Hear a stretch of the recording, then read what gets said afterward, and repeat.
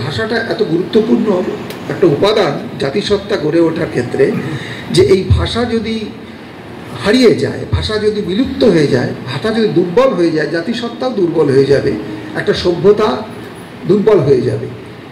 আপনারা জানেন যে ইতিমধ্যেই আমাদের দেশের, আমাদের পৃথিবীতে এখন ৭,১০৫টি ভাষা আছে।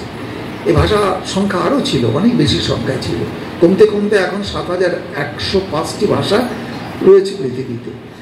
এবং যারা ভাষাবিজ্ঞানী যারা এটা নিয়ে কাজ করেন তারা বলছেন যে ১৯ শতাব্দীতেই এই ভাষার সংখ্যা অর্ধেক কমে যাবে, ৩,১০০-র মতো চলে আসবে। এই যে ৩,০০০-এর কিছু বেশি ভাষা নেমে আসবে সংখ্যায়, বাকি ভাষাগুলো বিলুপ্ত হয়ে যাবে। এই বিলুপ্ত হয়ে গেলে অসুবিধেটা কি? যে ভাষা টিকতে পারছে না, বিলুপ্ত হয়ে যাচ্ছে, যাক না, অন্য ভাষা তো তার জায়গা দখল করে নিচ্ছে। মুশকিলটা হলো এইখানে যে ভাষা যদি বিলুপ্ত হয়, তার সঙ্গে সঙ্গে জাতিসত্তা যদি বিলুপ্ত হয়ে যায়, তাহলে একটা সভ্যতা এবং তার সংস্কৃতি যে ভাষার সঙ্গে করে বেঁচে আছে, ভাষাকে সঙ্গে নিয়ে বেঁচে আছে, সেটা বিলুপ্ত হয়ে যাবে।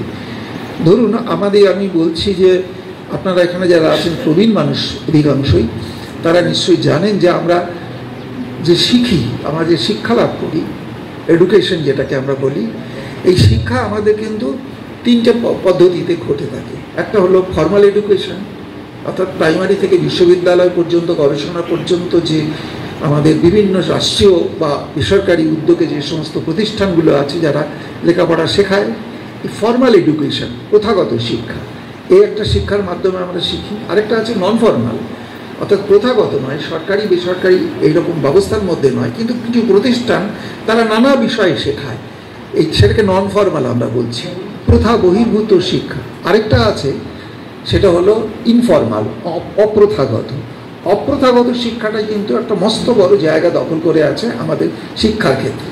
আমরা রেডিও শুনি, আমরা টেলিভিশন দেখি, নিউজ পেপার পড়ি, আমরা উপন্যাস পড়ি, গল্প পড়ি, নাটক দেখি, আমরা বিভিন্ন জায়গায় সভা সমাবেশে বক্তৃতা শুনি, মানুষের সঙ্গে কথা বলি, গল্প করি, আড্ডা দিই, নানা রকমভাবে আমাদের কাছে যে সমস্ত কথাগুলো আসে তার মধ্যে দিয়ে আমরা শিখি।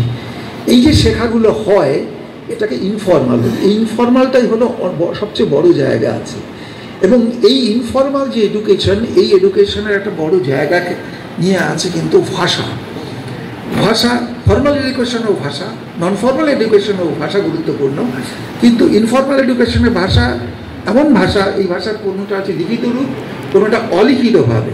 দেখবেন আমাদের বাঙালি সমাজে আর কি, এটা আমরা জানি যে আমার ঠাকুমা, তার ঠাকুমা বা তার দিদিমা, আমার দিদিমা, আমার ঠাকুরদা বা দাদু, এইরকম পুরনো, তার প্রজন্মের পর প্রজন্ম ধরে অনেক জিনিস আমরা শুনে এসেছি, কিন্তু তার লিখিত কোনো ভাষা নেই। এমন এটাকে শ্রুতি বলে, আমরা শুনে শুনে শিখেছি অনেক।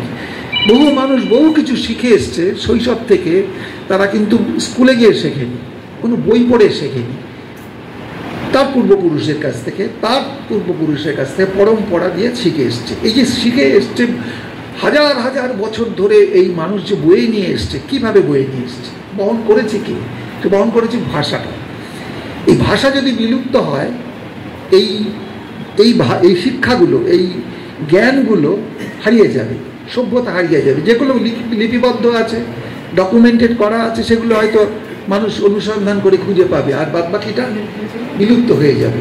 এবং বিলুপ্ত হয়ে যাবে সভ্যতা, সংস্কৃতি বিলুপ্ত হয়ে গেলে অসুবিধে নেই। আমরা ছোটোবেলায় বুঝতে পারতাম না, এখন আমরা সবাই বুঝতে পারি যে একটা পুকুরের মধ্যে কিংবা নদীতে কিংবা সমুদ্রে কিংবা জঙ্গলে কোনো একটা কীটপতঙ্গ মরে গেলে কি এসে যায়। এখন বিজ্ঞানীরা বলছেন জীববৈচিত্র্য রক্ষা করবার জন্য অজস্র কীট পতঙ্গ, গাছপালা, সমস্ত কিছু আমাদের প্রাকৃতিক ভারসাম্য রক্ষা করার জন্য জরুরি। একটা কচ্ছপ মেরে ফেললে কি হলো, কি এসে যায় তাতে? না, এসে যায়। এরকম করে অনেক ছোট ছোট প্রাণী যেগুলো মারা গেলে আমাদের শেষ পর্যন্ত প্রাকৃতিক ভারসাম্য নষ্ট হয়ে আমাদের মানব জীবন বিনষ্ট হয়ে যাবে। সেই জন্য জীববৈচিত্র্য বাঁচিয়ে রাখার জন্য বিজ্ঞানীরা এখন নতুন ধরনের বার্তা বা নতুন ধরনের শিক্ষার কথা বলছেন। এইটা ইকোলজিক্যাল ব্যালেন্স, প্রাকৃতিক ভারসাম্য রক্ষা করা। তেমনি সামাজিক ভারসাম্য রক্ষা করবার জন্য যে সংস্কৃতি হাজার হাজার বছর ধরে বিভিন্ন ছোট ছোট ভাষা গোষ্ঠীর মধ্যে দিয়ে যে সংস্কৃতিগুলো বয়ে এসেছে সেগুলো যদি বিলুপ্ত হয়ে যায় কি হবে? বিলুপ্ত হয়ে গেলে অনেক আচার নষ্ট হয়ে যাবে, অনেক আচরণ নষ্ট হয়ে যাবে, অনেক সংস্কৃতি হারিয়ে যাবে, অনেক মূল্যবোধ হারিয়ে যাবে। হারিয়ে গেলে যেটা হবে যে সামাজিক যে ভারসাম্য, সমাজ যে টিকে আছে যে পরস্পরের মধ্যে যে বোঝাপড়ার ভিত্তিতে, সেটা কিন্তু ধ্বংস হয়ে যাবে। একজন বয়স্ক মানুষকে দেখে শ্রদ্ধা করতে হয়, কোথা থেকে শিখেছি? বই পড়ে না, মুখে মুখে শুনে শুনে শিখেছি। আমরা এই সভ্যতা অর্জন করেছি, হাজার হাজার বছর ধরে মানুষ এটা শিখেছে যে এইভাবে শ্রদ্ধা জানানো, এটা জানালে সমাজ টিকবে, বাঁচবে। পাশের বাড়ির মানুষটি যদি না খেয়ে থাকে তার পাশে গিয়ে দাঁড়াতে হবে, তাকে খাওয়াতে হবে, কারণ তা না হলে সে যদি না বাঁচে আমি বাঁচব, মানে সবাই মিলে বাঁচতে হবে। এগুলো কোথা থেকে শিখেছি আমরা কেন অন্য মানুষের দুঃখে কাতর হই? আমাদের মধ্যে এই সমাজবোধটা কি করে আছে? এই ভাষার জন্মটা কোথা থেকে? ভাষা তো সমাজ যেখানে নেই ভাষা সেখানে নেই। সমাজ গড়ে ওঠার জন্য ভাষার ভূমিকা, ভাষা গড়ে ওঠার জন্য সমাজের ভূমিকা রয়েছে। সুতরাং ভাষা ছাড়া সমাজ হয় না, সমাজ ছাড়া ভাষা হয় না। সুতরাং ভাষা একটা সমাজকে বেঁধে রাখে, ভাষা একটা সমাজের সঙ্গে নানা রকমের মূল্যবোধ সংস্কৃতি দিয়ে বাঁচিয়ে রাখে। এইরকম ভাষা হারিয়ে গেলে সেই সভ্যতাটা, সেই মূল্যবোধটা হারিয়ে গিয়ে সামাজিক ভারসাম্যের সংকট তৈরি করবে। এটা মস্ত বড় এটা ঘটনা ঘটে যাবে সমাজে। সুতরাং এটা গুরুত্বপূর্ণ ঘটনা। আন্তর্জাতিক মাতৃভাষা দিবস আমরা আলোচনা করছি, এটা আমাদের বাংলা ভাষা দিবসের শুধু না, কিন্তু আন্তর্জাতিক মাতৃভাষা দিবস আমাদের দেশেই আছে, আমাদের রাজ্যে আছে। ধরুন সাদ্রি, আমি আমার ব্যক্তিগত অভিজ্ঞতার কথা বলতে পারি। আমি যেখানে জন্মেছি, যে গ্রামে, সে গ্রামের একটা বিশাল বড় পাড়া হলো আদিবাসী পাড়া, তার মুন্ডা। তাদের যে ভাষাটা, সেই ভাষাটা হলো সাদ্রি। আমি ছোটবেলায় শুনেছি, আমাদের তেঁতুল সর্দার, গৌড় সর্দার, নিমাই সর্দার, অনাথ সর্দার, এদের কাছ থেকে আমি শুনেছি ভাষা, যে সেই ভাষাটা সাদ্রি ভাষা। আমার সঙ্গে আমি যখন কথা বলতাম বাংলায়, কিন্তু তারা নিজেরা কথা বলতেন যখন তখন বলতেন সাদ্রি ভাষায়। আমি সেই গ্রামে আবার গেছি, তার ছেলে যাদের সঙ্গে আমি যাদের নাম বললাম, তাদের ছেলে পুলে মেয়ে, তাদের সন্তান, তার নাতি নাতনি, তাদের সঙ্গে কথা বলতে গিয়ে দেখেছি তারা কেউ সাদ্রি ভাষা কথা বলতে জানে না। সাদ্রি ভাষাটা তাদের কাছে পরিচিত নয়। সাদ্রি ভাষায় আমাদের রাজ্যে হয়তো 15 লক্ষ মানুষ কথা বলে, জলপাইগুড়িতে আছে, আমাদের নদিয়াতে আছে, কিন্তু সাদ্রি ভাষা, এই ভাষার লিখিত রূপ, বর্ণমালা, লিপি, তার বই, তার ব্যাকরণ, তাকে বাঁচিয়ে রাখবার জন্য কোনো ব্যবস্থাপনা, সেটা না হওয়ার ফলে আস্তে আস্তে এই ভাষাটা হারিয়ে যেতে পারে, বিলুপ্ত হয়ে যেতে পারে। বিলুপ্ত হয়ে গেলে ওই যে জনগোষ্ঠী যে সভ্যতাটা হাজার হাজার বছর ধরে বয়ে নিয়ে আসছে, অনেকগুলো সুন্দর জিনিস বাঁচিয়ে রেখেছিল, সেটা কিন্তু আস্তে আস্তে বিলুপ্ত হয়ে যাবে সমাজ থেকে। সমাজের অনেক সুন্দর জিনিস হারিয়ে যাবে, এটা বড় সংকটের জায়গা। তেমনি 7,000 ভাষা থেকে 3,000 ভাষা কি 3,500 ভাষা চলে এলো, কি অসুবিধা হলো তা নয়। এই ভাষাগুলো হারিয়ে গেলে আমাদের মানব সভ্যতার জ্ঞানের ভাণ্ডার সংকুচিত হবে, এবং একই সঙ্গে মানব সভ্যতা অনেক সংস্কৃতি, অনেক মূল্যবোধ, অনেক সমাজবোধ থেকে বঞ্চিত হবে। এইখানে গুরুত্ব অপরিসীম। আমাদের বাংলা ভাষার অবস্থাটা হয়তো তুলনামূলকভাবে ভালো, সাদ্রি ভাষার মতো নয়, কিংবা ককবরকের মতো নয়, কিংবা সাঁওতাল ভাষার মতো নয়। আমাদের পৃথিবীর 8টা ভাষা, প্রথম যে 8টা ভাষার নাম বলি, তাহলে বাংলা তার মধ্যে রয়েছে। প্রায় 21 কোটি মানুষ বাংলা ভাষায় কথাবার্তা বলে না। সুতরাং চট করে বিলুপ্ত হয়ে যাবে এইরকম নয়, কিন্তু বিলুপ্ত না হলেও এই ভাষা দুর্বল হয়ে যেতে পারে, এই ভাষার শক্তি কমে যেতে পারে। এই ভাষা যারা কথা বলেন, এই ভাষা নিয়ে যারা চর্চা করেন, তাদের অর্থনৈতিক, রাজনৈতিক আধিপত্য বা কর্তৃত্ব, এটা যদি দুর্বল হয়ে যায়, এই সমাজ জীবনের উপর নানা রকমের তার প্রতিক্রিয়া হবে। ফলে এই ভাষাটা, বাংলা ভাষাটাকে বাঁচিয়ে রাখা, এটাও একটা চ্যালেঞ্জ। একে শক্তিশালী করা, এটা একটা চ্যালেঞ্জ। আর যারা আরও ছোট জনগোষ্ঠীর ভাষা, মানে অল্প মানুষ কথা বলে এই ভাষাগুলো, সেগুলো তো আরও সংকটের মধ্যে আছে। কী করে বাঁচবে আমরা জানি না, কিন্তু এইটা গোটা মানব সমাজের কাছে কিন্তু এটা উদ্বেগের বিষয়, চিন্তার বিষয়।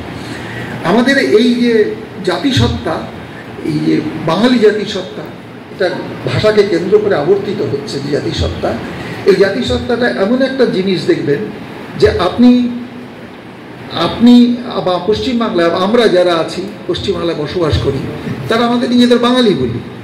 বাংলাদেশের যে মানুষজন আছেন তারাও নিজেদেরকে বাঙালি বলে, যদিও একটা নতুন ধরনের ভাবনা বাংলাদেশের মানুষের মধ্যে এখন আরোপিত হয়েছে, ইম্পোজ করা হয়েছে। সেটা হলো আমরা বাঙালি নই, আমরা বাংলাদেশি।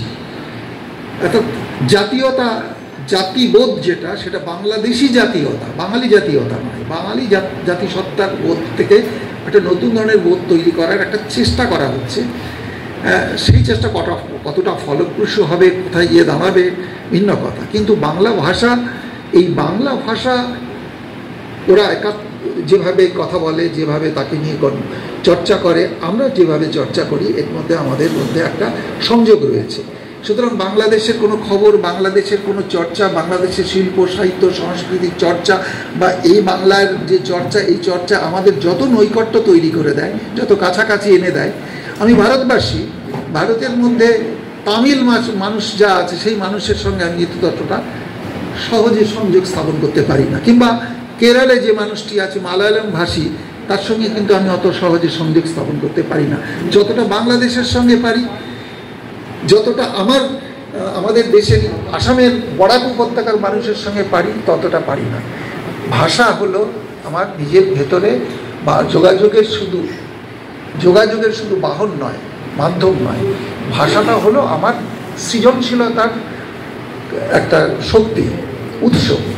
মানুষ যে সৃজনশীল হয়ে ওঠে, মানুষ সৃষ্টিশীল হয়ে ওঠে, সেটাতেই সে সৃষ্টিশীল হতে পারে, যেটা তার মাতৃভাষা।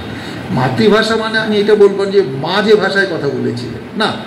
মাতৃভাষা মানে সেই জন্মের পরে যে ভাষাটা মাতৃকোলে থাকতে, আর কি মায়ের কোলে থাকতে শৈশব থেকে যে ভাষাগুলো, যে ভাষা শুনেছে, আয়ত্ত করেছে, সেটা মাতৃভাষা। মানে মা যদি এমন হয় যে মা হয়তো পাঞ্জাবি, সে এখানে জন্মেছে যে শিশুটি, সে কিন্তু বাংলা ভাষায় বুঝবে এখানে চর্চা করতে করতে, অথবা সংসারে অন্য যারা যে ভাষায় কথা বলে সেই ভাষায় হবে। সেই অর্থে যে ভাষায় সে করে বড় হয়ে ওঠে সেটাই মাতৃভাষা। এটা নয়, আবশ্যিকভাবে এটা নয় যে তার মা যে ফিজিক্যালি তার সেই ভাষায় কোন ভাষায় কথা বলেছে সেটা। এই মাতৃভাষা, যে ভাষা সে তার চারপাশের পরিবেশ থেকে পায়, সেই ভাষা যত সহজে সে আয়ত্ত করতে পারে, তার ভেতরে নিজেকে আত্মীকরণ করতে পারে, ইন্টারনালাইজ করতে পারে, অন্য কোনো ভাষাতে তা সম্ভব নয়। অন্য যে ভাষা, সে ভাষার গুরুত্ব আছে আমাদের কাছে। আমাদের প্রথম ভাষা, দ্বিতীয় ভাষা, তৃতীয় ভাষা, চতুর্থ ভাষা, আমরা অনেক ভাষা শিখতে পারি। প্রত্যেক ভাষারই সম্পদ আছে। আমার ভাষা, আমার যে ভাষা প্রথম ভাষা বা আমার মাতৃভাষা, সেই ভাষা শক্তিশালী হতে পারে, অন্য ভাষার প্রতি বিদ্বেষ পরায়ণ হয়ে পারে। সেটা আমার ভাষা শক্তিশালী হতে পারে অন্য ভাষা থেকে ঋণ গ্রহণ করে, যে ঋণ শোধ করতে হবে, অন্য ভাষা থেকে ঋণ নিয়ে, অন্য ভাষার থেকে সম্পদ সংগ্রহ করে। সুতরাং অন্য ভাষা আমার শত্রু ভাষা নয়, অন্য ভাষা আমার কোনো বিরোধী ভাষা নয়, অন্য ভাষা আমার সহকারী ভাষা, আমার সহযোগী ভাষা। অন্য যত ভাষা থেকে আমি সম্পদ সংগ্রহ করতে পারবো, ততই আমার ভাষা পুষ্ট হবে, আমার ভাষা শক্তিশালী হবে। আমার ভাষার শক্তি বেড়ে গেলে আমার ভাষা টিকে যাবে অনেক বেশি, ভাষা আধুনিক হয়ে উঠবে। সেই জন্য ভাষা সংকীর্ণতা এটা এক ধরনের বিপজ্জনক প্রবণতা, ভাষা সংকীর্ণতা। বাংলা ভাষা, আমরা বাঙালি, এটা যেমন আমাদের গর্ববোধের জায়গা আছে, একই সঙ্গে এটা আমাদের কোনো বিদ্বেষবোধ তৈরি করবে না। আমার অন্য ভাষায় যারা কথা বলে তাদের প্রতি শ্রদ্ধাশীল হতে হবে। হিন্দিতে যে কথা বলে, উর্দুতে যে কথা বলে, আরবিতে যে কথা বলে, পাঞ্জাবিতে, তামিলে যে কথা বলে, যার যেটা মাতৃভাষা, তার প্রতিও শ্রদ্ধাশীল হওয়া। এমনকি অতিও প্রান্তিক মানুষ যারা, অল্প জনগোষ্ঠী যারা কথা বলেন, তার ভাষাটাকে কী করে বাঁচিয়ে রাখা যায়, তার জন্য কি ব্যবস্থা গড়ে তোলা যায়, সেই ব্যাপারেও যত্নশীল হওয়াটা খুব জরুরি এখন। এটা গোটা মানব সভ্যতার বিকাশের জন্য প্রয়োজন। পৃথিবীকে আমরা কিভাবে দেখব, সবচেয়ে মানব সমাজকে আমরা কি করে দেখব, মানুষকে মানুষ হিসেবে দেখব না মানুষকে খদ্দের হিসেবে দেখব, তার উপর নির্ভর করছে আমাদের এই লড়াইটা আমরা কিভাবে করব। মানুষকে যদি কনজিউমার হিসেবে দেখি, শুধু কনজিউমার, ক্রেতা সে, তাহলে যে ভালো ক্রেতা, মানে যার বেশি পয়সা আছে সে ভালো ক্রেতা, সে বাজারে ভালো খদ্দের। তাকে তার বেশি কদর হবে, এবং সেইটা যদি সেই খদ্দের কাছ থেকে আমি অনেক বেশি মুনাফা অর্জন করতে পারবো। আর যার আয় কম, রোজগার কম, দিন আনিন দিন খাই, কি কায়ত্তে সে জীবনযাপন করছে, সেই মানুষটি খুব ভালো খদ্দের নয়। এমনকি যার কোনো আয় নেই, সে কোনো খদ্দেরই নয়। সে মানুষ মরে গেলে কিছু এসে যাবে না পৃথিবীর, এরকম মনে হতে পারে। তাহলে এই দুনিয়াটাকে আমরা কনজিউমারদের দুনিয়া মনে করব না মানুষের দুনিয়া মনে করব? মানুষ কনজিউমার হতে পারে, কিন্তু মানুষ মাত্রই কনজিউমার হতে পারলো কিনা, মানুষ কনজিউমার হয়ে উঠলো কিনা, মানুষের যে কেনার ক্ষমতা অর্জন করলো, এইটাই বিবেচনার মধ্যে আসা দরকার। কেন বলছি কথাটা? বলছি এই কারণে যে আমাদের গোটা পৃথিবী পরিচালনা যারা করছেন, আমাদের দেশ পরিচালনা যারা করছেন, তারা সমস্ত কিছুর পেছনে তারা যে একতার কথা বলে, সেই একতাটা হলো বাজারের একতা। অখণ্ড বাজারটা হবে অখণ্ড, বাজারের মধ্যে আমার বিস্তার ঘটাতে হবে, আর আমার চালিকা শক্তি, আমার প্রেরণা শক্তি হবে আমার মুনাফা। যেখানে মুনাফা নেই সেখানে আমার কোনো উদ্যোগ নেই, অর্থাৎ মুনাফাই হবে চালিকা শক্তি। এমন একটা পৃথিবীতে যাদের আয় নেই বা খুব কম আয় করেন, সেই মানুষ ক্রমশ অবান্তর অপ্রাসঙ্গিক হয়ে পড়ে। সেই মানুষের ভাষা কি, তাতেও কিছু এসে যায় না, তারা সংখ্যায় কত তাতেও কিছু এসে যায় না। আমার দরকার এখন শুধু কনজিউমার, এই কনজিউমার হিসেবে দেখ। কনজিউমারের থেকে কনজিউমার হয়ে ওঠার জন্য এইরকম একটা কর্পোরেট দুনিয়াতে এই কনজিউমারের যে ফিলসফি, তার যে দর্শন, সেই দর্শনটা আয়ত্ত করতে গেলে কি ধরনের ভাষা দরকার, কি ধরনের সংস্কৃতি দরকার, সেইটা জরুরি। ধরুন আমরা শিখে এসেছি যে আমার অতীত থেকে আমার ভালো কিছু শিখব, হাজার হাজার বছরের অতীতের আমাদের যা কিছু লিখিত বা যা কিছু তথ্য, যা কিছু শ্রুতি, তার মাধ্যমে আমাদের জ্ঞান অর্জন করব। হতে পারে সেটা ধর্মগ্রন্থ, হতে পারে সেটা পুরাণ, হতে পারে ইতিহাস, হতে পারে সাহিত্য, নানা রকমের সৃষ্টির কর্মর মধ্যে দিয়ে আমরা মানুষের কাছ থেকে আমাদের সম্পদগুলো গ্রহণ করব, এবং যা আজকের সমাজে আমাদের টিকে থাকতে, ঐক্যবদ্ধ থাকতে, এগিয়ে যেতে সাহায্য করে, তাকে আমরা লালন করব। আর যে কনজিউমার হিসেবে দেখে মানুষকে, তার কাছে মনে হচ্ছে যে এগুলো খুব বেশি দরকার নেই, এই সমাজবদ্ধতা খুব বেশি জরুরি কিছু নয়, বরং প্রত্যেকটা মানুষকে এখন বিচ্ছিন্ন করে দিতে পারলে সেটা বেশি প্রয়োজন, বেশি লাভজনক।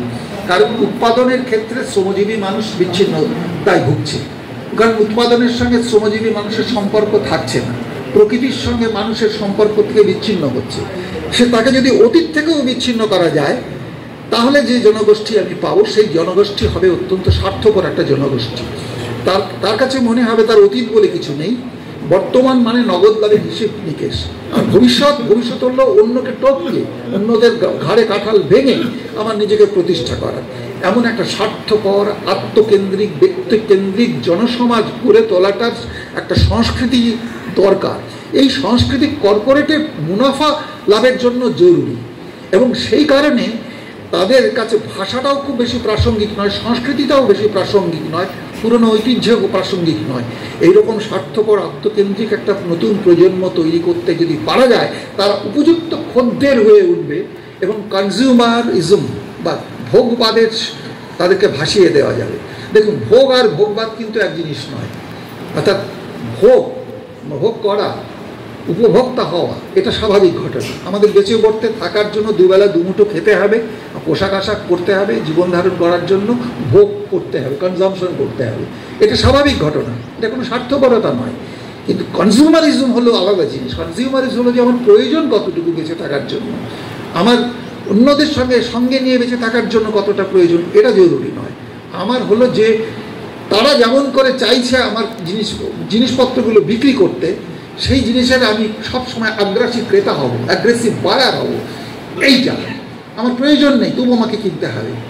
এইরকম একটা জায়গা থেকে তারা কনজিউমার তৈরি করতে যাওয়ার ক্ষেত্রে বাধা হলো আমাদের ঐতিহ্য, আমাদের অনেক কিছু মূল্যবান ঐতিহ্য, এবং যে ঐতিহ্যকে বহন করছে ভাষা, এবং তাকে পুষ্ট করছে শক্তিশালী ভাষা। এই ভাষাগুলোকে দুর্বল করে ভাষার আধিপত্য, ভাষার উপনিবেশ, এটা স্থাপন করবার জন্য পৃথিবী জুড়ে একটা প্রয়াস আছে। অর্থনীতি, রাজনীতি এবং তার সঙ্গে হাত ধরে ভাষা। এখানে আমাদের দেশের ক্ষেত্রে যে হিন্দুত্ববাদী রাষ্ট্র গঠনের তাদের একটা স্লোগান আছে, দেখবেন যে হিন্দি হিন্দু হিন্দি হিন্দুস্তান। হিন্দি বললে কেন? এটা ভাষাকে এনেছে সামনে। যে ভাষা, হিন্দি ভাষা কথা বলে অনেক মানুষ ভারতবর্ষে, এটা খারাপ ভাষা নয়।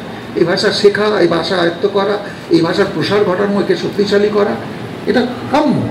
কিন্তু একমাত্র হিন্দিকেই শক্তিশালী করা কাম্য নয়। কারণ হিন্দি বলয়ে যে মানুষ হিন্দিতে কথা বলেন, তাদের সেই ভাষাকে সমৃদ্ধ করা প্রয়োজন, ঠিক। কিন্তু সব মানুষকেই হিন্দি চাপিয়ে দিতে হবে, সব মানুষের ওপর জবরদস্তি হিন্দি চাপিয়ে দিতে হবে, এটা হলো মুনাফার কারবারিদের যেমন দরকার হয়ে পড়েছে, তেমনি করে হিন্দুত্ববাদী রাষ্ট্র প্রকল্পের মধ্যেও এক দেশ, এক নেতা, এক আইন, এই যে ফিলসফি, একটা কেন্দ্রীভূত বহুত্ববাদী সমাজকে ধ্বংস করে একটা কেন্দ্রীভূত রাষ্ট্র গঠন করার যে পরিকল্পনা, তার সঙ্গে সঙ্গতিপূর্ণ এটা। সেজন্য অন্য ভাষা ধ্বংস হয়ে যাওয়া, দুর্বল হয়ে যাওয়া, ক্লিষ্ট হয়ে যাওয়া, এই প্রক্রিয়ার সঙ্গে কিন্তু এই রাজনীতি, এই অর্থনীতি যুক্ত হয়ে গেছে। সুতরাং ভাষাকে রক্ষা করাটা কেবলমাত্র, হ্যাঁ এগুলো তো বটে, এগুলো তো জরুরি বটে। ভাষাকে শক্তিশালী করার জন্য ভাষা লিপি দরকার, ভাষার ব্যাকরণ দরকার, সেই ভাষায় অনেক বেশি পুস্তক, টেক্সট দরকার, অনেক বই দরকার, অনেক ধরনের লেখালেখি করা দরকার, কবিতা দরকার, উপন্যাস দরকার, গল্প দরকার, অনেক মানুষের কথা বলা দরকার। এই ভাষাকে সুন্দর করবার জন্য তার নানান দিক থেকে বিভিন্ন অন্য ভাষা থেকে সম্পদ সংগ্রহ করা দরকার, ঠিক, এগুলো করতেই হবে। কিন্তু এই ভাষা শুধুমাত্র এই ভাষা চর্চার মধ্যে সীমাবদ্ধ থাকলে এই ভাষাকে বাঁচানো যাবে না। এই ভাষার রক্ষার, ভাষাকে প্রতিষ্ঠিত করার, তাকে শক্তিশালী করার সঙ্গে অর্থনীতির, রাজনীতির এক গভীর সংযোগ তৈরি রয়েছে। সেটাকেও ভালো করে বোঝাটা সময়ের দান, সেটা আমাদের বুঝতে হবে। তা না হলে আমরা ভাষাকে বাঁচাতে পারবো না। আর ভাষা না বাজলে সমাজ বাঁচবে না, কিন্তু এটা বুঝতে হবে। ভাষা কি করে এলো তা আমরা যদি দেখি, আমাদের পুরোনো দিনের ইতিহাস ঘেটে যদি দেখি, কি করে ভাষা মানুষ শিখলো। প্রথম তো আজকে যে ভাষাটা আমরা কথা বলি, যে ভাষায় লেখালেখি করি, সেই ভাষা তো ছিল না। প্রথম তো আওয়াজ ছিল।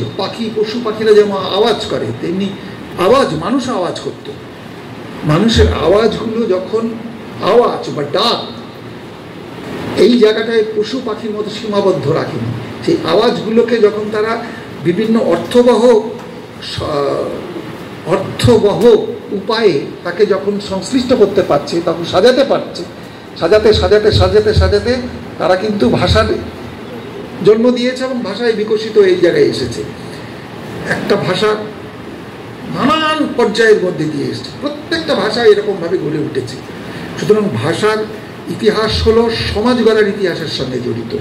সমাজকে বাঁচিয়ে রাখার জন্য ভাষা দরকার, ভাষাকে বাঁচিয়ে রাখার জন্য সমাজবদ্ধতা দরকার, একত্রিত হওয়া দরকার।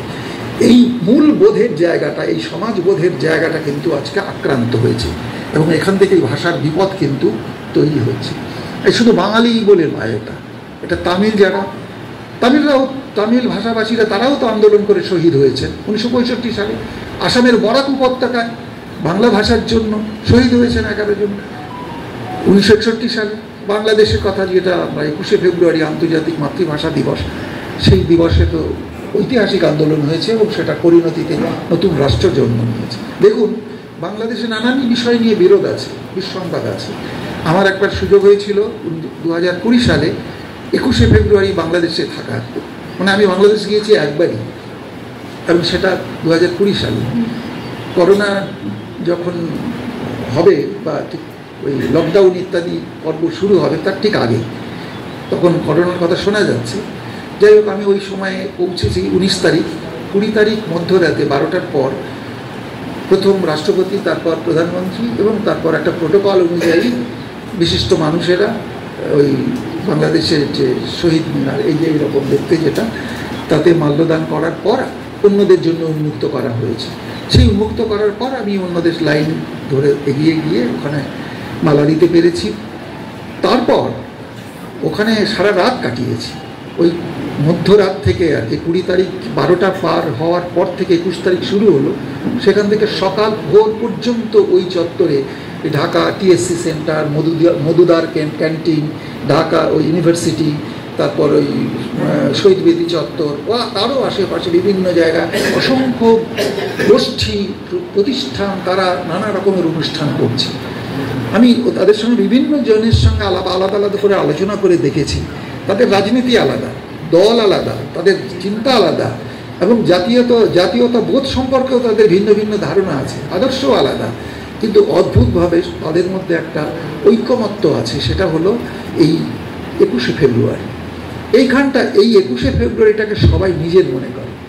আমি অপেক্ষা করছিলাম বাংলাদেশের জুলাই মাসে যে গণ অভ্যুত্থান হলো, তারপরে যে ওখানে একটা অস্থিরতা অনিশ্চয়তার পর্বর মধ্যে দিয়ে চলেছে, এখন জানি না কোথায় গিয়ে পৌঁছবে, কিন্তু সেই পর্বে আমরা অনেক ঘটনা দেখছি আর কি। তার মূল্যায়নে যাচ্ছি না, চর্চায় যাচ্ছি না, শুধু এইটুকু বলছি বাংলাদেশে নানা রকমের মতামতের একটা চর্চা হচ্ছে বা তা নিয়ে আলাপ আলোচনা চলছে, কিছু অশান্তির ঘটনাও আছে, সেগুলো আমরা দেখছি, জানছি। আমার ভাবনা ছিল যে 21শে ফেব্রুয়ারিটা তারা কিভাবে দেখবে। দেখলাম কালকে রাতে রাষ্ট্রপতি ঠিক 12টার সময় তিনি মালা দিলেন। তারপরে তিনি এই বর্তমান অন্তর্বর্তী সরকারের প্রধান উপদেষ্টা প্রফেসর ইউনূস তিনি মালা দিলেন, এবং তারপরে যেমন করে হয় তেমন করে চলছে। তার মানে 21 একটা ঘটনা, 21শে ফেব্রুয়ারি এমন একটা ঘটনা যে বাংলাদেশের নানা ধরনের বিরোধ সত্ত্বেও এই জায়গাটায় তারা কিন্তু এটাকে কেউ অস্বীকার করার স্পর্ধা এখনো দেখায়নি। এটা মস্ত বড় ঘটনা। এবারের 21শে ফেব্রুয়ারি সেই জন্য কৌতূহল চিত্তে আমরা দেখেছি বাংলাদেশে কিন্তু 21শে ফেব্রুয়ারি উদযাপিত হচ্ছে। উদযাপনের মধ্যে নানা সংকোচ, দ্বিধা, নানা রকমের টানাপোড়েন কাজ করলেও কিন্তু শেষ পর্যন্ত উদযাপিত হচ্ছে। সম্ভবত এইখান থেকেই বাংলাদেশের যদি কোনো উত্তরণের জায়গা থাকে, বাংলাদেশকে এইখান থেকেই তো উত্তরণ ঘটাতে হবে। যদি এখানে দাঁড়াতে পারে এই 21শে ফেব্রুয়ারির যে চেতনা, যে অসাম্প্রদায়িক চেতনা, যে ধর্মনিরপেক্ষ চেতনা, তার উপর যদি বাংলাদেশ দাঁড়াতে পারে, অন্য যে কোনো শক্তি তারা যদি এখান থেকে রসদ সংগ্রহ করে, এবং 71-এর যে মুক্তিযুদ্ধ যার পরিণতি, ভাষা আন্দোলনের পরিণতি, কিন্তু এটা আওয়ামী লীগের ব্যাপার শুধু নয়, কিন্তু শেখ মুজিবুর রহমানের ব্যাপার নয়। 71-এর মুক্তিযুদ্ধ, স্বাধীন রাষ্ট্রের জন্ম, এইটা যদি ওরা মেনে নিতে পারে, তাহলে তারপরে যে পরিবর্তন কোন দিকে যাবে সেটা আমরা দেখব। কিন্তু তাহলে ওখান থেকে এই ভিত্তিকে অস্বীকার যদি না করে, তাহলে তারা প্রাণ শক্তি খুঁজে হয়তো পাবে, তারা উত্তরণের রাস্তা পেলেও কোথাও পেতে পারে। কিন্তু তারা যদি 71-কে অস্বীকার করে, তারা যদি 52-কে অস্বীকার করে, তারা যদি 21-কে অস্বীকার করে, তাহলে বাংলাদেশ, বাঙালি জাতিসত্তা কিংবা বাংলাদেশি জাতিসত্তা, কোনো জাতিসত্তাই থাকবে না, ভেঙে তছনছ হয়ে যাবে। এই সংকটের মুখে দাঁড়িয়ে বাংলাদেশের দিকে আমরা তাকিয়ে আছি, তাকাবো। কিন্তু আমরা এখান থেকেও শিক্ষা গ্রহণ করব যে আমাদের যে অতীত, এই বাংলার যে অতীত, আমরা যে পশ্চিমবাংলায় আমরা বাস করি তারও যে অতীত, সুদীর্ঘ অতীতের মধ্যে অনেক রকমের রসদ রয়েছে, রসদ রয়েছে। আজকের এই সংকটের মুখোমুখি দাঁড়াতে গেলে আমাদের এই পশ্চিমবাংলার সেই রসদ থেকে, সেখান থেকে শেকড় দিয়ে সেই রসদ সংগ্রহ করতে হবে। বহু জায়গায় আমি কথা উচ্চারণ করেছি, আবার এখানে আপনাদের বলছি, একটা নদী কখনো বাঁচে না যদি তার উৎসে হিমবাহে তার উৎস না থাকে। একটা গাছ কখনো বাঁচে না যদি মাটি থেকে শেকড় দিয়ে রস সংগ্রহ করতে না পারে। একটা জাতি কখনো বাঁচে না যদি তার ঐতিহ্য থেকে সে রসদ সংগ্রহ করতে না পারে, এই ভাষার মাধ্যমে, সংস্কৃতির মাধ্যমে। সেইটা যদি আমরা করতে পারি, তাহলে আমাদের যা অতীতের আমাদের সম্পদ আছে, তাহলে আজকে যে সংকটের মুখোমুখি দাঁড়িয়ে গেছে দেশ, আমাদের রাজ্য একটা অতল গহ্বরে তলিয়ে যাওয়ার সম্ভাবনার মধ্যে দাঁড়িয়ে গেছে, তাকে বাঁচাবার জন্য যে প্রাণশক্তি আমরা খুঁজে পাবো আমাদের অতীত থেকে, এক্ষেত্রে ভাষা আমাদের মস্ত বড় গুরুত্বপূর্ণ একটা উপাদান হিসেবে কাজ করবে। আমি আশা করব যে এখানে যাদেরকে রক্ষা করা, তাদেরকে এগিয়ে যাওয়ার পথ দেখানোর দায়িত্ব কিন্তু প্রবীণ প্রজন্মকে গ্রহণ করতে হবে। খুব গুরুত্বপূর্ণ কাজ। প্রবীণের সংখ্যা কিন্তু বিপুল এবং প্রচুর সম্পদশালী প্রবীণ, এবং সেই কারণে প্রবীণ যারা আছেন, প্রবীণদের জন্য এখন নতুন নতুন শব্দ, নতুন নতুন চিন্তা, নতুন নতুন সেকশন খোলা হচ্ছে।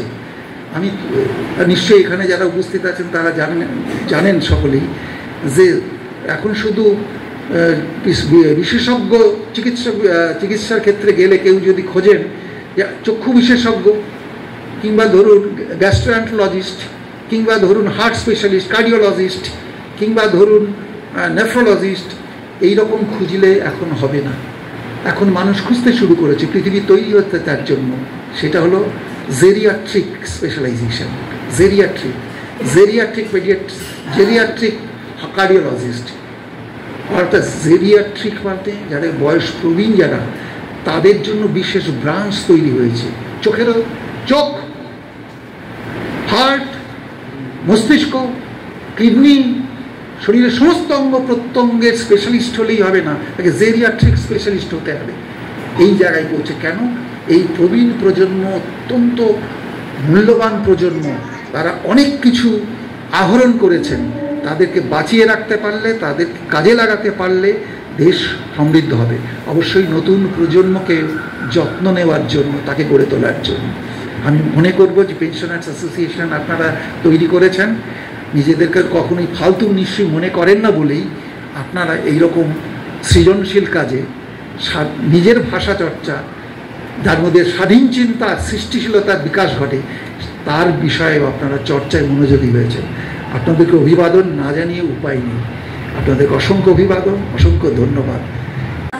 আমরা সবাই রাজা আমাদের এই রাজার রাজত্বে, নইলে মোদের রাজার সনে মিলব কি সত্যে। আমরা সবাই রাজা, আমরা সবাই রাজা আমাদের এই রাজার রাজত্বে, নইলে মোদের রাজার সনে মিলব কি সত্যে। আমরা সবাই রাজা। খুব সুন্দর বলেছেন, আমরা সবাই রাজা। বাংলা ভাষাটা পৃথিবীর সব থেকে বড় রাজা, যে রাজা সমস্ত ভাষাকে সম্মান জানিয়েছে। সুতরাং সেই হিসেবে কিন্তু ভীষণ সুন্দর একটা গান। এবার আসুন আমরা একটু শুনব ভাষা শহীদদের কথা। বর্তমান পরিস্থিতিতে কেন, কিভাবে আমাদের এই ভাষা শহীদদের স্মরণ করতে হবে, তার সঙ্গে তাদের আদর্শকে বয়ে নিয়ে যেতে হবে। শুনব আমাদের মধ্যে উপস্থিত আছেন বিশিষ্ট অধ্যাপক শ্রী বাদল দত্ত মহাশয়ের মুখ থেকে। তাকে অনুরোধ। সম্মানিত সবাই, প্রথমেই আপনাদেরকে আমি আন্তরিক শুভেচ্ছা জানাই। আর 21শে ফেব্রুয়ারি শহীদ যারা, তাদের প্রতি শ্রদ্ধা জানাই। আজকের এই সভাতে, এইরকম অনুষ্ঠানে আমাকে আমন্ত্রণ করার জন্য আপনাদের প্রতি আমার আন্তরিক কৃতজ্ঞতা। 21 ফেব্রুয়ারি এটা আন্তর্জাতিক মাতৃভাষা দিবস। 1999 সালের 17 নভেম্বর ইউনেস্কো 21 ফেব্রুয়ারিকে আন্তর্জাতিক মাতৃভাষা দিবস হিসেবে পালন করার সিদ্ধান্ত গ্রহণ করে। তারপরেই 2000 সালের 21 ফেব্রুয়ারিতে থেকে বরাবর এখন গোটা পৃথিবী জুড়ে এটা আন্তর্জাতিক মাতৃভাষা দিবস হিসেবে পালিত হচ্ছে। এই 21 ফেব্রুয়ারি কেন, এটা বহু চর্চিত। এখানে উপস্থিত যারা আছেন তারা নিশ্চিতভাবেই সেটা জানেন যে 1952 সালের 21 তারিখে ফেব্রুয়ারি মাসের বাংলাদেশে, অধুনা বাংলাদেশ তখন পূর্ব পাকিস্তান ছিল, সেই পূর্ব পাকিস্তানে তাদের ভাষা, বাংলা ভাষা, এই ভাষাকে রাষ্ট্রভাষার স্বীকৃতি দেওয়ার দাবিতে সেখানে আন্দোলন হয়। আন্দোলনটা শুরু হয় অনেক আগে থেকে। 1947 সালের দেশ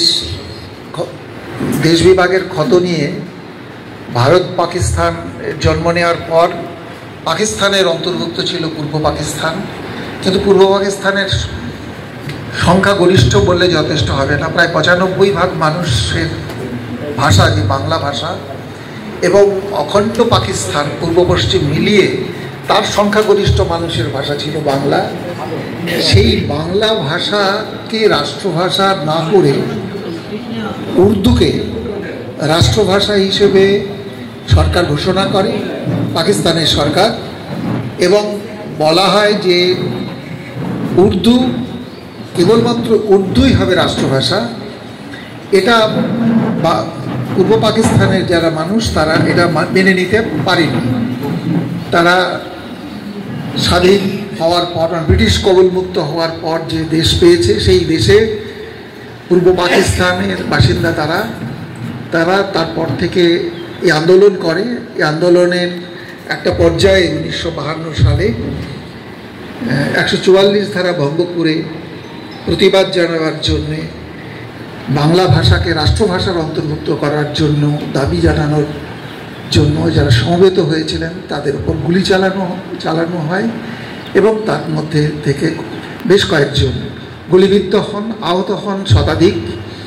তার মধ্যে খুবই সকলেই জেনে গেছেন নাম, যে রফিক, সালাম, জব্বর, বরকত, সফিউর, এরা শহীদের মৃত্যুবরণ করে।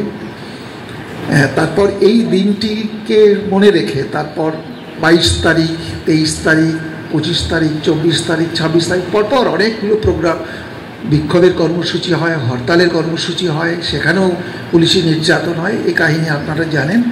এবং তারপর এই আন্দোলন একটা পরিণতি লাভ করে 1971 সালে স্বাধীন বাংলাদেশ হিসেবে আত্মপ্রকাশ করে। অর্থাৎ পাকিস্তান থেকে বেরিয়ে পূর্ব পাকিস্তান বাংলাদেশ নামে নতুন দেশে আত্মপ্রকাশ করে। এই ভাষার জন্য আন্দোলন, এবং শেষ পর্যন্ত এই আন্দোলনের পরিণতিতে নতুন দেশ হিসেবে বাংলাদেশের আত্মপ্রকাশ। এই ইতিহাসটা আপনারা জানেন, বা এ নিয়ে প্রচুর লেখাজোখা আছে, প্রচুর বইপত্র আছে। আপনারা এখানে সকলেই শিক্ষিত মানুষ, তাদের পড়ে নেওয়ার সুযোগ আছে। আমি ঘটনাক্রম, তারিখ সন ইত্যাদি নিয়ে আমি সময় দেব না। আমি শুধু এইটুকু বলবো যে এই ভাষার আন্দোলন একটা দেশের জন্ম, এটা একটা মূল্যবান অভিজ্ঞতা, গোটা পৃথিবীর সামনে হাজির করে। জাতি সম্পর্কে, একটা জাতির পরিচয় কি হবে, এটা নিয়ে তর্কটা নতুন নয়, পুরনো, অনেক পুরনো তর্ক। আমাদের দেশ তখন ব্রিটিশের অধীনে ছিল, সেই সময়ে আমাদের দেশে যে স্বাধীনতার জন্য সংগ্রাম, সেই সংগ্রাম বহু ধারায় সংগ্রাম হয়েছে। আমি তার বিস্তৃত বিবরণে যাব না। ওই সময়ের যেমন কি যারা শ্রমিক, কৃষক, মধ্যবিত্ত, কর্মচারী, শিক্ষক, ছাত্র, যুব, মহিলা, তারা আন্দোলন করেছেন। সামন্ত প্রভুরা আন্দোলন করেছেন, যারা জমিদারি চ্যুত হয়েছেন ব্রিটিশের কাছ থেকে, তারা ব্রিটিশের বিরুদ্ধে আন্দোলন করেছেন। সন্ন্যাসীরা আন্দোলন করেছেন, ফকিররা আন্দোলন করেছেন, আদিবাসী যারা, তারা আদিবাসী বিদ্রোহের কথা আপনারা জানেন।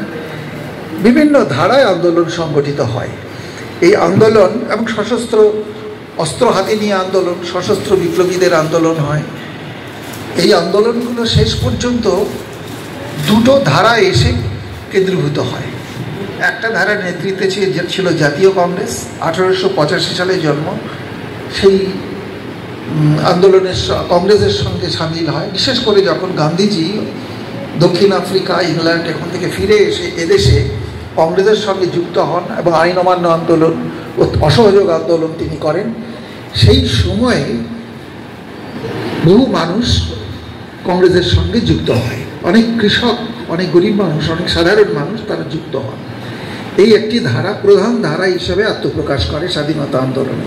আরেকটি ধারা কমিউনিস্টদের নেতৃত্বে একটি ধারা, সেই ধারার মধ্যে সংগঠিত হন যারা সশস্ত্র বিপ্লবী, আন্দামানের কুখ্যাত সেলুলার জেলে ছিলেন বা অন্য জেলে ছিলেন, ভারতবর্ষের বিভিন্ন জায়গায় জেলে বন্দী ছিলেন।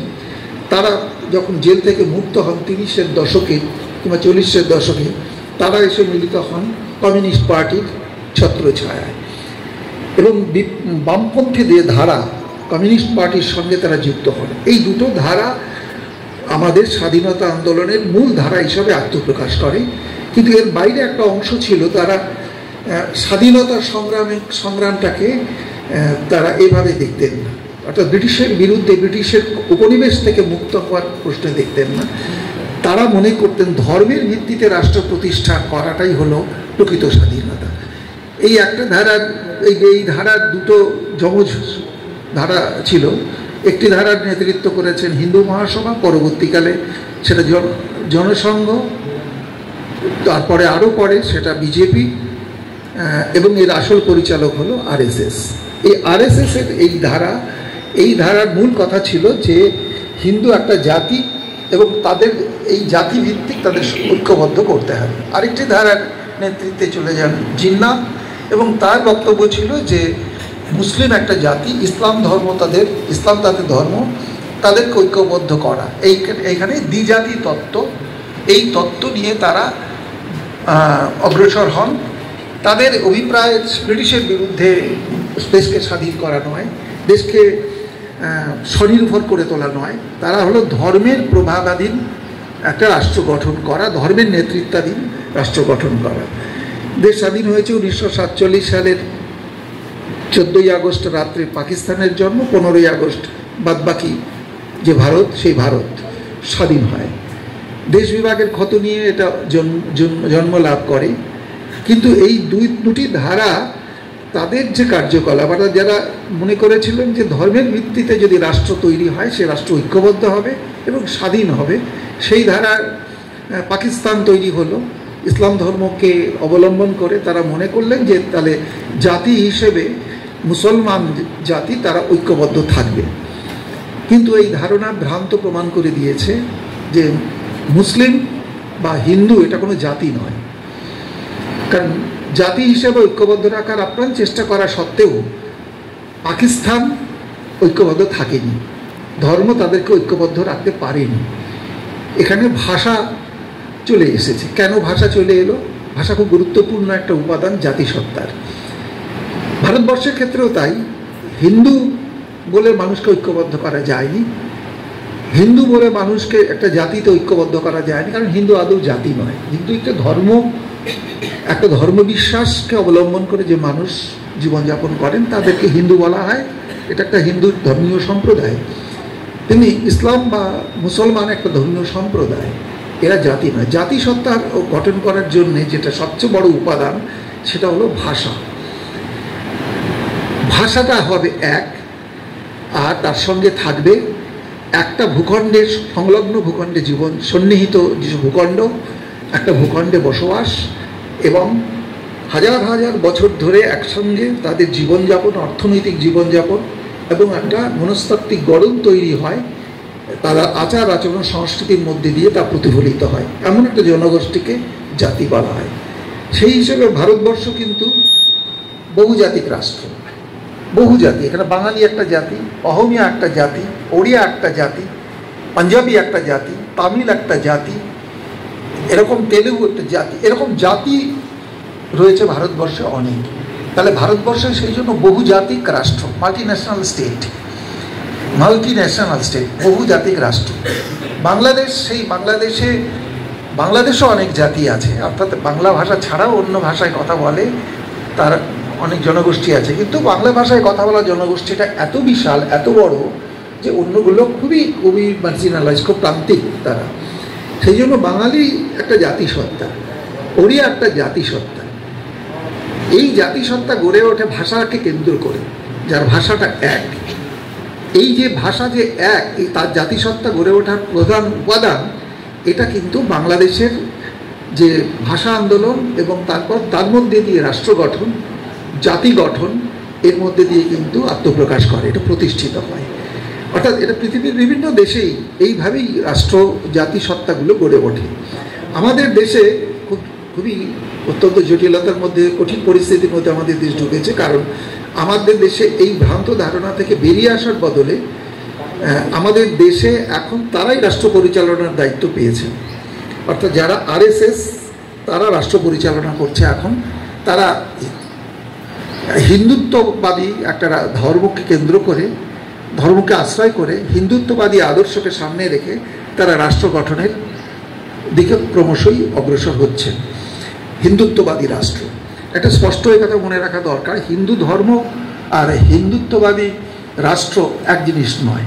হিন্দু ধর্ম ধর্ম বিশ্বাস, আর হিন্দুত্ববাদ এটা হলো একটা রাজনৈতিক প্রকল্প, এটা দিয়ে রাষ্ট্র তৈরি করা হয়।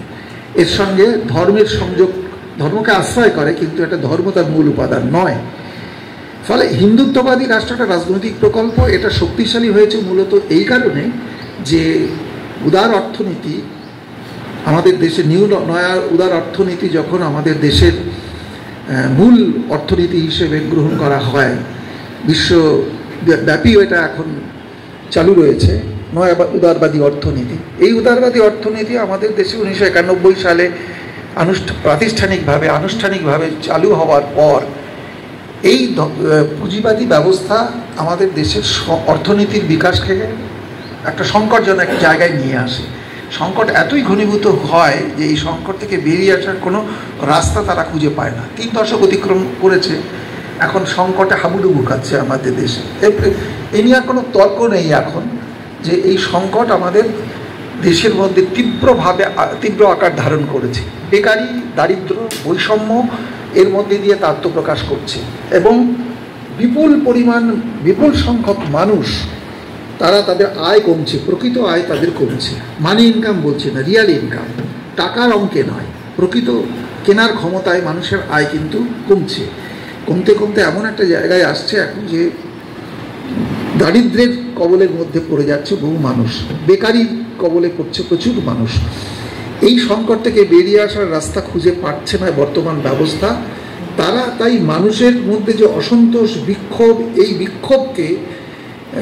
বিক্ষোভ যাতে সংগঠিত চেহারা নিয়ে এই পরিস্থিতির বদল ঘটাতে না পারে, তাই মানুষকে পরিচিতি সত্তার রাজনীতিতে মানুষকে সামিল করবার জন্য এই হিন্দুত্ববাদী রাজনৈতিক প্রকল্পটাকে বেছে নিয়েছে।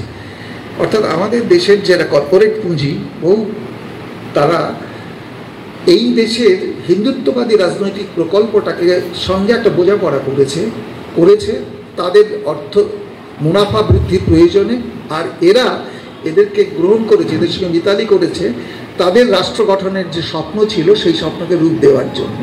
সেটা একটা ভয়ঙ্কর চেহারা নিয়ে আমাদের সামনে আজকে হাজির হয়েছে। এবং সেইখান থেকে দাঁড়িয়ে আমাদের এই সমস্যাটা কীভাবে আসছে আমাদের সামনে। ভাষাটা এত গুরুত্বপূর্ণ একটা উপাদান জাতিসত্তা গড়ে ওঠার ক্ষেত্রে, যে এই ভাষা যদি হারিয়ে যায়, ভাষা যদি বিলুপ্ত হয়ে যায়, ভাষা যদি দুর্বল হয়ে যায়, জাতিসত্তাও দুর্বল হয়ে যাবে, একটা সভ্যতা দুর্বল হয়ে যাবে। আপনারা জানেন যে ইতিমধ্যেই আমাদের পৃথিবীতে এখন 7105টি ভাষা আছে। এই ভাষা সংখ্যা আরও ছিল, অনেক বেশি সংখ্যায় ছিল, কমতে এখন 7105টি ভাষা রয়েছে পৃথিবীতে। এবং যারা ভাষাবিজ্ঞানী যারা এটা নিয়ে কাজ করেন তারা বলছেন যে একবিংশ শতাব্দীতেই এই ভাষার সংখ্যা অর্ধেক কমে যাবে, 3100-র মতো চলে আসবে।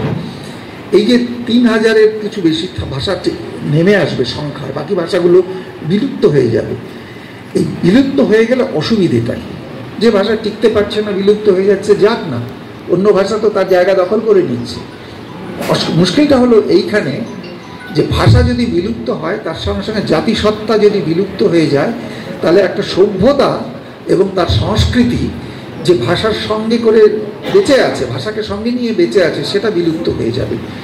ধরুন আমি বলছি যে আপনারা এখানে যারা আছেন প্রবীণ মানুষ অধিকাংশই, তারা নিশ্চয়ই জানেন যে আমরা যে আমরা যে শিক্ষা লাভ করি, এডুকেশন যেটাকে আমরা বলি, এই শিক্ষা আমাদের কিন্তু 3টে পদ্ধতিতে ঘটে থাকে। একটা হলো ফর্মাল এডুকেশন, অর্থাৎ প্রাইমারি থেকে বিশ্ববিদ্যালয় পর্যন্ত, গবেষণা পর্যন্ত যে আমাদের বিভিন্ন রাষ্ট্রীয় বা বেসরকারি উদ্যোগে যে সমস্ত প্রতিষ্ঠানগুলো আছে যারা লেখাপড়া শেখায়, এই ফর্মাল এডুকেশন, প্রথাগত শিক্ষা, এই একটা শিক্ষার মাধ্যমে আমরা শিখি। আরেকটা আছে নন ফর্মাল, অর্থাৎ প্রথাগত নয়, সরকারি বেসরকারি এইরকম ব্যবস্থার মধ্যে নয়, কিন্তু কিছু প্রতিষ্ঠান তারা নানা বিষয়ে শেখায়, সেটাকে নন ফর্মাল আমরা বলছি, প্রথা বহির্ভূত শিক্ষা। আরেকটা আছে, সেটা হলো ইনফর্মাল, অপ্রথাগত শিক্ষাটাই কিন্তু একটা মস্ত বড় জায়গা দখল করে আছে আমাদের শিক্ষার ক্ষেত্রে। আমরা রেডিও শুনি, আমরা টেলিভিশন দেখি, নিউজ পেপার পড়ি, আমরা উপন্যাস পড়ি, গল্প পড়ি, নাটক দেখি, আমরা রাস্তা বিভিন্ন জায়গায় সভা সমাবেশে বক্তৃতা শুনি, মানুষের সঙ্গে কথা বলি, গল্প করি, আড্ডা দিই, নানা রকমভাবে আমাদের কাছে যে সমস্ত কথাগুলো আসে তার মধ্যে দিয়ে আমরা শিখি। এই যে শেখাগুলো হয় এটাকে ইনফর্মাল, এই ইনফর্মালটাই হলো সবচেয়ে বড় জায়গা আছে। এবং এই ইনফর্মাল যে এডুকেশন, এই এডুকেশনের একটা বড় জায়গাকে নিয়ে আছে কিন্তু ভাষা। ভাষা ফর্মাল এডুকেশনেও ভাষা, নন ফর্মাল এডুকেশনেও ভাষা গুরুত্বপূর্ণ, কিন্তু ইনফর্মাল এডুকেশনের ভাষা এমন ভাষা, এই ভাষার কোনোটা আছে লিখিত রূপ, কোনোটা অলিখিতভাবে। দেখবেন আমাদের বাঙালি সমাজে আর কি, এটা আমরা জানি যে আমার ঠাকুমা, তার ঠাকুমা বা তার দিদিমা, আমার দিদিমা, তার আমার ঠাকুরদা বা দাদু, এইরকম পুরনো তার প্রজন্মের পর প্রজন্ম ধরে অনেক জিনিস আমরা শুনে এসেছি, কিন্তু তার লিখিত কোনো ভাষা নেই। এমন এটাকে শ্রুতি বলে, আমরা শুনে শুনে শিখেছি অনেক। বহু মানুষ বহু কিছু শিখে এসছে শৈশব থেকে, তারা কিন্তু স্কুলে গিয়ে শেখেনি, কোনো বই পড়ে শেখেনি, তার পূর্বপুরুষের কাছ থেকে, পরম্পরা দিয়ে শিখে এসছে। এই যে শিখে এসছে হাজার হাজার বছর ধরে, এই মানুষ যে বয়ে নিয়ে এসছে, কীভাবে বয়ে নিয়ে এসছে, বহন করেছে কি? তো বহন করেছে ভাষাটা। এই ভাষা যদি বিলুপ্ত হয়, এই শিক্ষাগুলো, এই জ্ঞানগুলো হারিয়ে যাবে, সভ্যতা হারিয়ে যাবে। যেগুলো লিপিবদ্ধ আছে, ডকুমেন্টেড করা আছে, সেগুলো হয়তো মানুষ অনুসন্ধান করে খুঁজে পাবে, আর বাদবাকিটা বিলুপ্ত হয়ে যাবে। এবং বিলুপ্ত হয়ে যাবে সভ্যতা, সংস্কৃতি বিলুপ্ত হয়ে গেলে অসুবিধে নেই। আমরা ছোটোবেলায় বুঝতে পারতাম না, এখন আমরা সবাই বুঝতে পারি যে একটা পুকুরের মধ্যে কিংবা নদীতে কিংবা সমুদ্রে কিংবা জঙ্গলে কোনো একটা কীটপতঙ্গ মরে গেলে কি এসে যায়। এখন বিজ্ঞানীরা বলছেন জীববৈচিত্র্য রক্ষা করবার জন্য অজস্র কীট পতঙ্গ, গাছপালা, সমস্ত কিছু আমাদের প্রাকৃতিক ভারসাম্য রক্ষা করার জন্য জরুরি। একটা কচ্ছপ মেরে ফেললে কি হলো, কি এসে যায় তাতে? না, এসে যায়,